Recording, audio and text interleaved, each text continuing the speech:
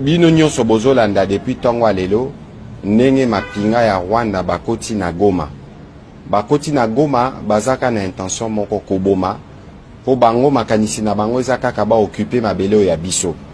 Lobi tozaki na réunion na mokonzi ya mboka pona kotala situation sécuritaire to yebi ba intention na bango. Ba intention na bango eza koboma, ba intention na bango eza kosala massacre to pe carnage na kati ya Goma. Bomona ki déjà lobby ba bombe et que qui na ba site de déplacés. Ba attaquaki ba casque blanc MONUSCO. Donc baza prêt à tout. Yango mokonza mboka pesa ki biso instruction comme gouvernement. To travailler tout ça la nyonso pona ko éviter bande kona biso ba kufa na situation oyo ba Rwandais ba memi na Congo. Yango toza ko recommander na bana nyonso oyo baza na Goma. Bo vanda na bandaku. Bo mi batela. Ya mibale bo kende na ba action te oyo ya ba pillage tope ko sala mobulu waneza ko sala jeu ya monguna ya misato biso to lobaka mingi bo se fiete na oto bengi poison rwandais parce que bazo de kisa ba des informations na ba information mabe mingi yango na ba moment ya boye biso nyonso ifoto telema biso nyonso ifoto ya na sima ya mapinga biso nyonso ifoto ya na sima ya mokonzi ya mboka na ndenge wana nde tokosangana biso nyonso pe topesa yano na ba Rwandais to pe na ba o nyonso baza sima na bango ke Congo eza kotelema ba compatriotes da biso a Goma bayeba ke baza bango moko te na moment oyo bazo connaître ba situation ya mabe oyo uti na Rwanda. Donc biso nyonso to telema to bunda pone kolo bendele koyate tango asubuhi tu kunafuata situation mope ke munayua ba troupe rwandaise banengi ya nchi yetu beko na intention tu ya kukua bantu na ku occuper territoire yetu. Chie na président Félix Antoine Tshisekedi tu na fuata situation kila hii mashiku yote urgence yetu kumoya pour protéger ma vie humaine. Sasa mwemwe ke munayua ba intention ya ba enemi yetu tunabilomba mubakie kunyumba. Mushitoke mubakie kunyumba tunamilomba tena mushikometre ba acte ya ba pillage au ma vandalisme.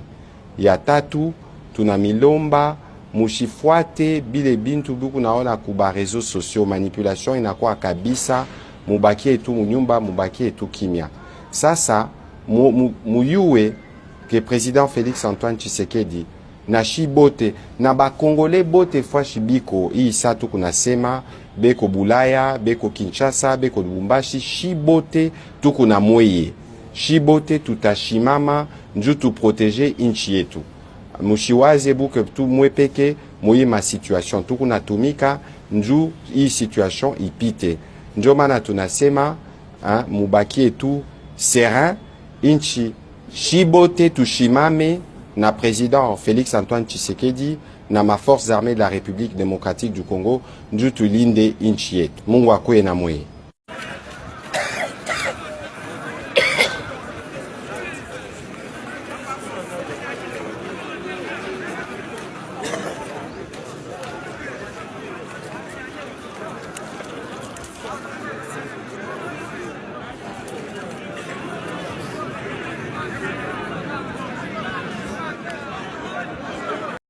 On a ça connaît nanga kubuma bana wana te tika bana na bazonga na bango so bazonga Kinshasa bazonga Kinshasa bomeka kubuma bato wana te bana wana obokangi o ba abandonner ba parce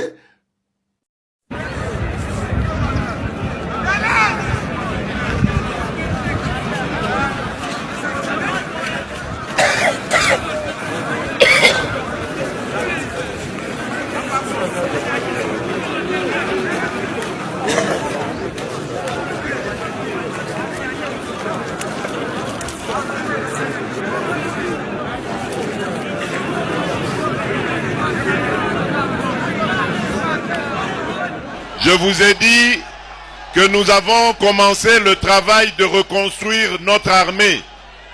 J'ai besoin des jeunes gens, hommes et femmes, courageux, aimant leur pays, pour remplir les rangs de notre armée. Nous en avons déjà reçu 40 000 il faut encore vous engager davantage. Nous avons formé la réserve de la défense pour encadrer les Wazalendo.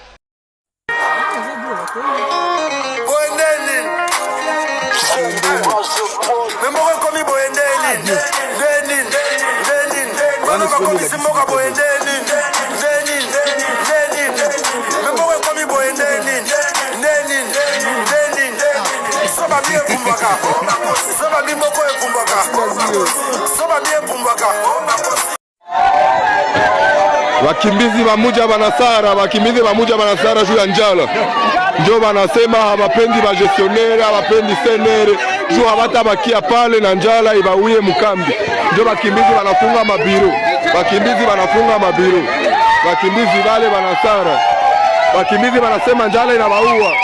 Na wazee bako, wazee bako njoo hivyo.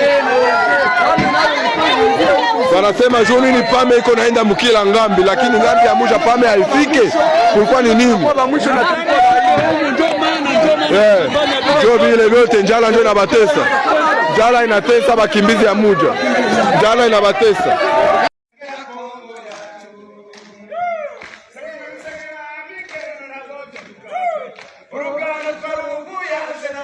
Leo tarehe 9 mwezi wa kwanza 2025, hawa ni majeshi wa chama cha AFC M23. Tuko ku teritwari ya Masisi. Hapa ni ku biro za teritwari ya Masisi. Leo tarehe 9 mwezi wa kwanza 2025. Hii ni ofisi ya administrateur. Jana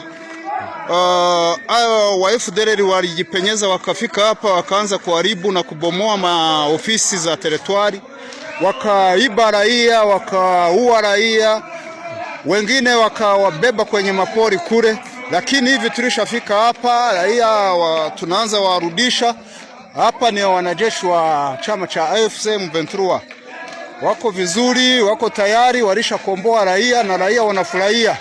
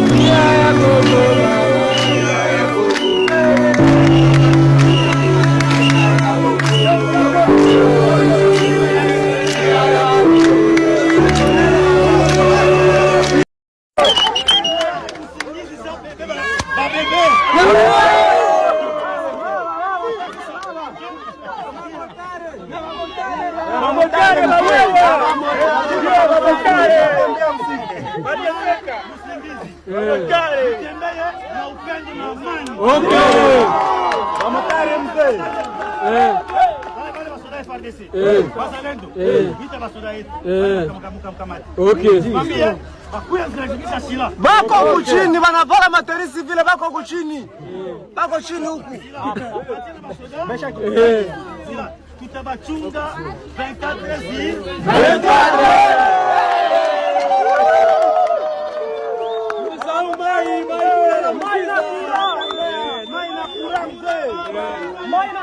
24.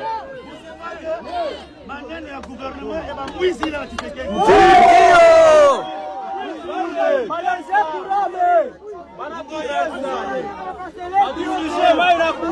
Kudanganya maparcele.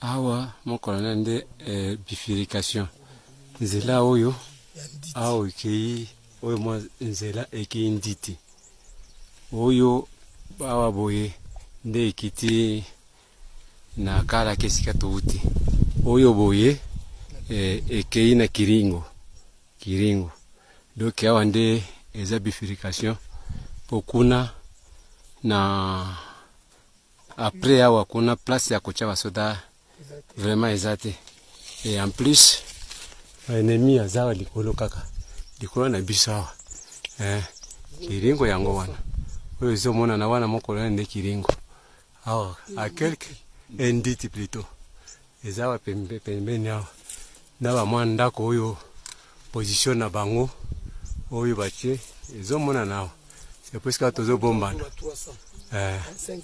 alors nde totiki natiki basoda une affaire de 80 environ 85 militaires awa na commanda compagnie moko na segona ye alors mokonzi eloko na kosenga oyo kosalisa biso vraiment mai nde problème soki ratio se komona na mai awa mokonzi place ya kozwa mai eza te alors mokonzi vraiment botalela ngai basoda batikali awa de façon que babanda kozwa mai régulièrement ekopesa bango morale rien boza moko na awa ngai pe nazongi directement po nani ka esika totinde wapi kala ke yango wana ezomonana kuna kala ke yango wana alors awa pe nazoleka directement nazongi na état major mpona kende koplanifier misala mosusu me nayebisi awa pe liboso eza na bifurcation mosusu oyo nayebisi bato ya compagnie nini oyo troisième de compagnie de renfort ba boucher oyo ezokita directement kouta wa nditi baluka moyen ya kokanga otia ata mbiscade wana. Merci mon colonel.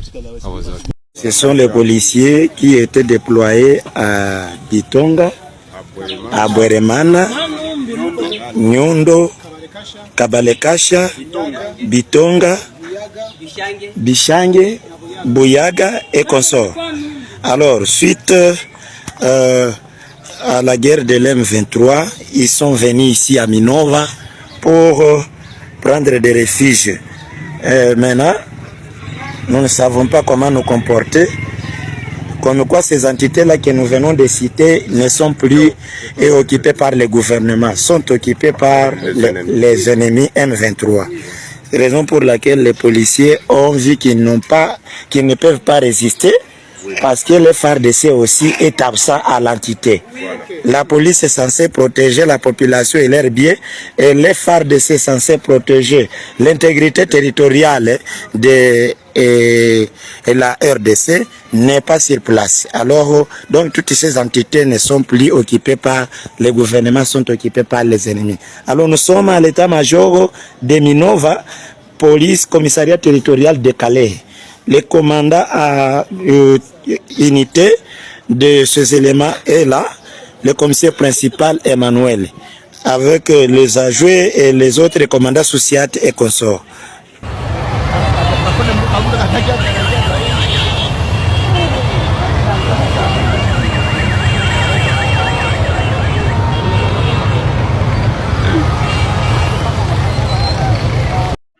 Ok, merci. Commandant, 3e compagnie. Mon commandant, na évité ceux qui m'ont dit l'obésali en propos d'affrontement au Salemi au Golobela, Balamboka, Balanda, na Siki. Bon, affrontement ezalaki makasi mais elongo na nzambe tolongi bango tosali ngombo tosali bitumba 2 jours. 3e jour na tongo tomontele bango ala so bango tubaki mitala biloko nyonso babwaki. Biloko nyonso babwaki. Voilà, biloko tokuti na kati ya defense. Oyo M23 Akimi atikeli biso. OK. Fourmi a récupéré Angola unité contre ba partenaire ba Burundi. Bango bakimi kala ndenge toziki si ba dépôt na bango. Bon ndenge bango moko bakoti panique nde kokima na bango to récupérer. Baloko ti arme na biso. Bino moko botala bomona. Botindika pesa ngo ekende. Gepard oyo musala ya Gepard contre ba partenaire ba Burundi. Yango. Ok, merci beaucoup mon capitaine. Dans un peu la compagnie 112e Delta Kilo, mon capitaine. Na ibite so dilo bezali okolo bela bala mboka bala ndawe mon capitaine. Bon, eloko na koki koloba pona M23 azali mutu auti na Rwanda biso tukaba Congolais. Ezali mboka na biso. Bakoki kokoma na niveau ya kozwa mboka na biso antake biso ba Congolais tozali tozoluka mboka na biso tozala na yango tokokende liboso epuis tokobeta bango tina hadi na kokende ti esika M23 sika na yazali nga Delta Kilo na zoloba boye omoni mimission oyo nyonso ya M23 tozwi awa oyo nyonso doke ezali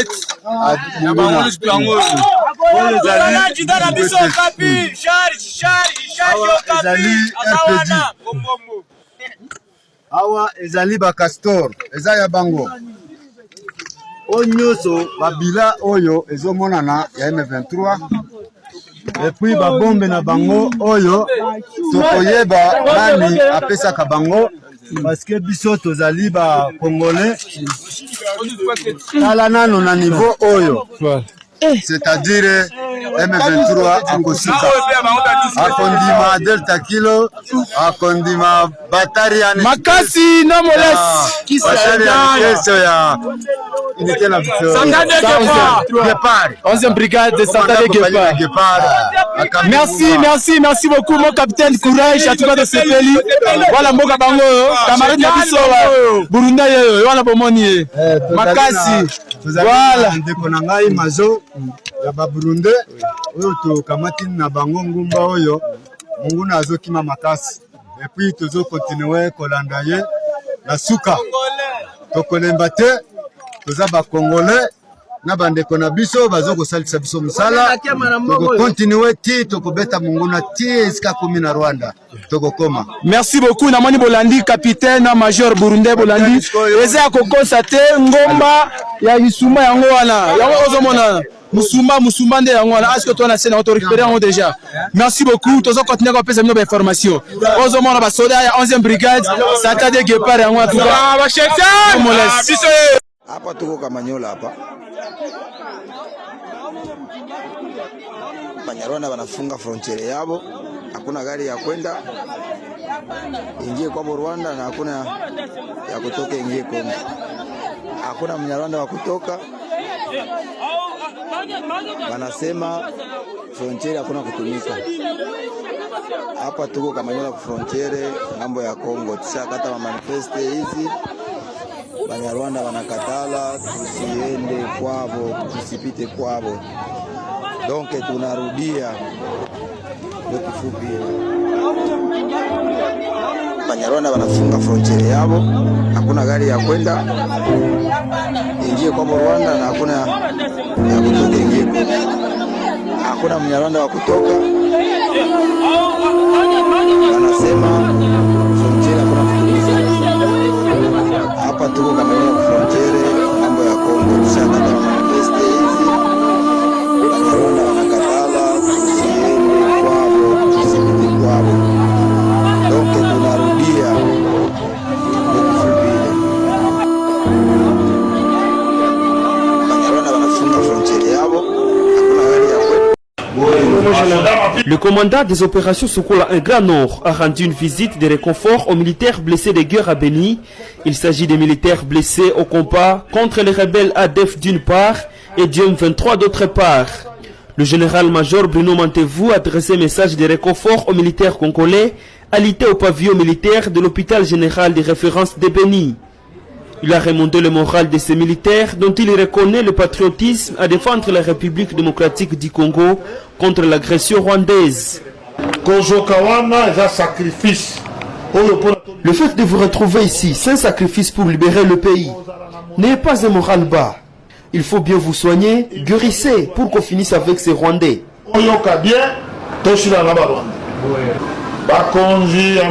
Les autorités du pays, notamment le commandant suprême, vous encouragent. Est-ce que l'avez-vous suivi dans ce discours du Congrès? Il a félicité son armée. Il félicite ses militaires. Lors de sa visite au pavillon militaire, le commandant des opérations Sokola un Grand Nord s'est également imprégné des défis logistiques pour une prise en charge holistique de ces militaires blessés en défendant leur pays aux différents fronts au Grand Nord de la province du Nord Kivu. En République démocratique du Congo, la population commence à mettre la pression sur Tshisekedi, qui visiblement perd sur tous les fronts, comme le dit Espoir, un activiste vivant dans la ville de Goma, cette ville où l'armée gouvernementale continue de tuer la population civile. Le gouvernement congolais a initié plusieurs fronts. Le front militaire, le front judiciaire, le front économique, le front médiatique et beaucoup d'autres. Et sur tous ces fronts, le gouvernement a échoué. La seule chose que je peux dire au gouvernement congolais et surtout au président Tshisekedi est qu'il devrait démissionner. De la même manière que l'armée gouvernementale continue de fuir sur les champs de bataille, le porte-parole de ce même gouvernement, M. Patrick Muyaya, vient également de se soustraire à un débat avec Laurence Kanyuka, porte-parole du M23. Ce débat était organisé par la chaîne Al Jazeera et Muyaya s'est retiré à seulement 30 minutes avant l'émission, alors que tous les tests avaient été effectués. Cela confirme ce que l'activiste mentionnait précédemment, Tshisekedi et son gouvernement sont en train de perdre sur tous les fronts.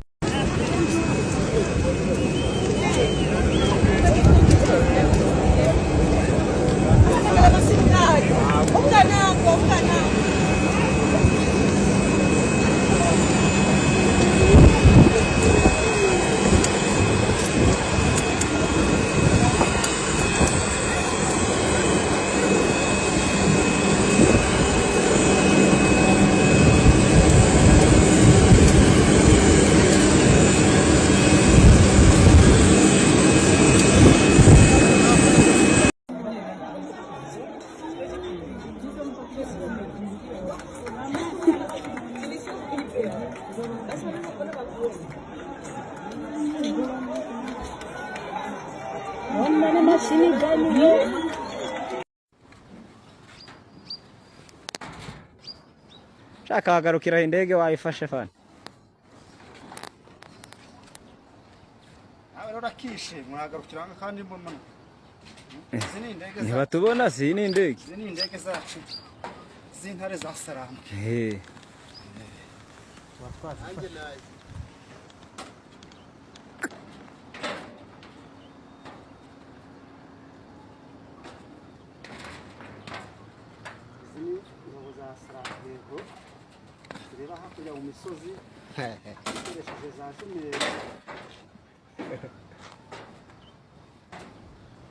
Ivemo sha bayikoresha